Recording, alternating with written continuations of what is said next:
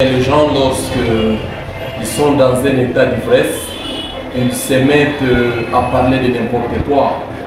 Lorsque les gens, disons, pendant qu'ils sont dans cet état-là d'inconscience, ils parviennent à dire que le vice-premier ministre et le ministre de la Défense a détourné de l'argent qui était destiné à l'achat de l'équipement militaire. Moi, je crois qu'il faut qu'il y ait beaucoup de questions, surtout en ce qui concerne le passé du vice-premier ministre et ministre de la Défense, et aussi sa vie actuelle avant d'entrer dans le gouvernement Samano Kondé. En fait, si vous voyez même l'équipe qui composait le gouvernement Samano Kondé, vous allez remarquer que Jean-Pierre Bemba n'est pas né de la famille au minuscule, mais plutôt de la famille au majuscule. Aujourd'hui, d'ailleurs c'est horrible qu'on peut parler que Jean-Pierre Bemba a détourné, pendant que lui se donne corps et âme pour équiper les forces armées de la République démocratique du Congo, comme vous aviez constaté vous-même. Tout ce que vous étiez en train de voir dans les films des Américains, dans les films, disons, des Européens, aujourd'hui, maintenant, vous êtes capable maintenant de voir ça en face de vous.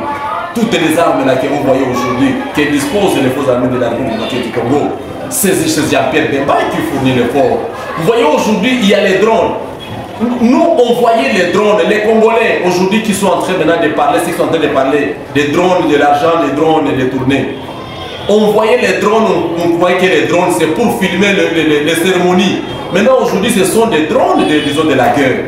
Donc moi je crois que Jean-Pierre Bemba est le seul ministre dans le gouvernement Samano Kondé qui quand il se déplace avec sa jet privée.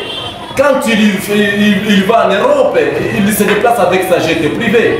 Maintenant, on dit maintenant il a détourné l'argent pour en faire quoi? Il n'y a que lui-même que nous pouvons parler, en dehors du chef de l'État. Il n'y a que lui-même qui a les soucis de ces pays. Comme moi je l'ai toujours dit, il n'y a que lui qui parvient même à prêter même, disons, des avions, ou soit qui parvient même à arriver ici pendant que ça tire à Kibumba, pendant que ça tire à Sake. Il arrive même sur la ligne de front. Mais les autres sont en train, disons, de danser à Kinshasa, ils sont dans les Malais ou à Kinshasa. Mais lui, quand même, pendant que les autres sont en train de festoyer à Kinshasa, lui est à Goma avec les militaires sur la ligne de front. Nous savons ceux qui sont en train d'écrire ça.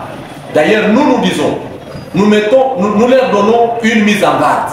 Parce que nous, en tant que membres du MLC, nous sommes considérés comme des victimes par ricochet de ceux qui sont en train de dire, de ces fausses accusations.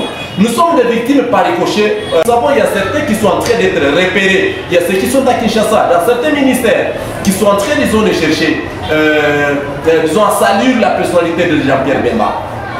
Étant victimes par ricochet, nous les promettons césure. Nous les promettons césure la justice. Nous allons nous fonder sur la loi, sur le code numérique. Et c'est lui qui a écrit.